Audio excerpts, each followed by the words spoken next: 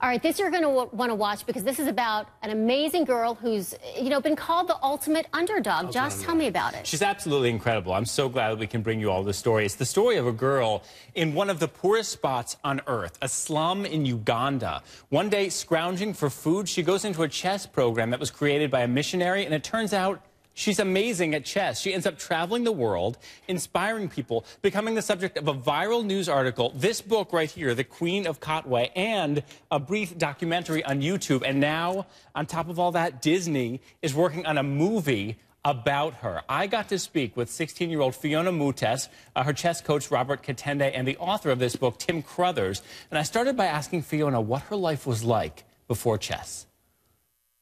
Before I discovered chess, I was living in the hard life where I was sleeping on the streets and we couldn't have anything to eat at the streets. So that's when I decided to follow my brother to get a cup of porridge. And when I followed my brother to get a cup of porridge, that's when I started learning chess. Because there was an area in which if you went and learned chess, you could get a bowl of porridge, right? And that would help feed you and feed your brother. So you go into this place, you see people playing chess. Had you ever seen it before? Did you know what it was? No, I had never seen chess, so it was my first time to see chess. So, Robert, let me ask you, what is it about Phiona that makes her, is she a prodigy? You said you discovered something in her about her chess skills that you hadn't seen before. Yeah, actually, I've personally kind of come to believe that she has an extra natural talent, which is extraordinary.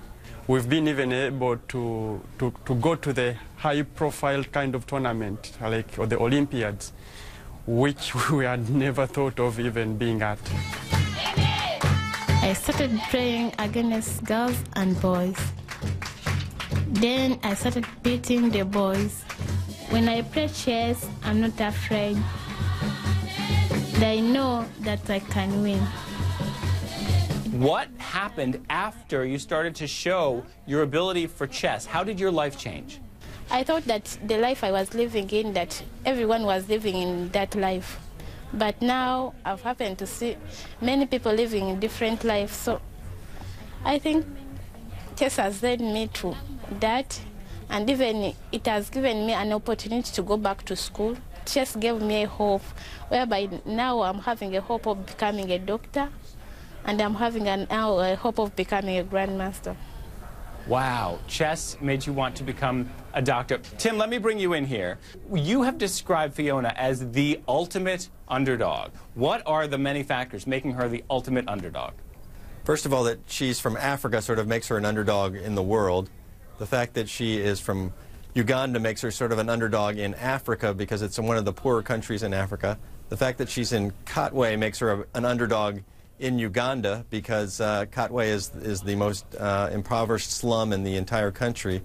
And then to be a girl in Katwe, girls are not treated as equals to the boys. So basically every hurdle that the world can place in front of her, it has placed in front of her. Phiona, I know you lost your father from AIDS when you were very young, but your other parts of your family, how do they feel about what's happening with you and chess? They cried. Some of them cried because years back we didn't have hope and we didn't have something like that one day it can happen. So they are very excited. Robert, does Phiona's story show that chess can help lift kids out of slums all over the world? Absolutely, because it teaches you on how to assess, on how to make decisions, or abstractive thinking, focus, endurance, problem solving, and looking at a challenge as an opportunity in all cases, and possibly not giving up. The discipline, the patience, everything. Talk about anything to do with life. You can get it in that game.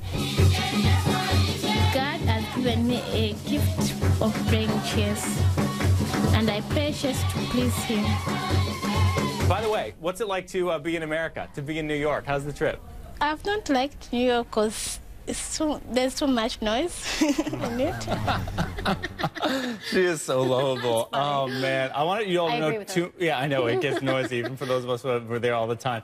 Two more things that you all should know about her. One is that we're saying she's 16 years old. She doesn't definitively know her own birthday. This is the poverty in Uganda. The people with her believe she's 16. She might still be 15, depending when her birthday is. The other thing I find so interesting, I gave her the name Idi Amin. It means nothing to her. She's never heard of the so-called butcher of Uganda who ran that country through the 70s. And that is the extent of the poverty we're talking about. Kids in this country cannot go to school in many cases. They spend their days searching for food. They don't know basics of their own country. Allison, she does, however, know the name Joseph Kony. This Ugandan warlord we've talked about during the year, the subject of a viral video. It shows the kind of life that she's rising above through discovering chess here. You know, it's amazing. You mentioned all those obstacles, you know, in her way, every obstacle imaginable. And then the game of chess itself. I mean, she's never seen it before. You pick it up and she immediately is amazing at it. She's a prodigy. I mean, what really is that? What's in her that's really driving her? It's some sort of incredible natural talent. I mean, think about this. She couldn't read or write, but she saw chess and she started to understand it. There's something intrinsic about what the strategizing that goes into chess that just fit for her. And now she's becoming the face of a nation. People all over the world getting to know her. She's inspiring girls, women, everywhere. And me. What a great story. Yeah, all of us. Thanks, Josh. You got it. Thank you.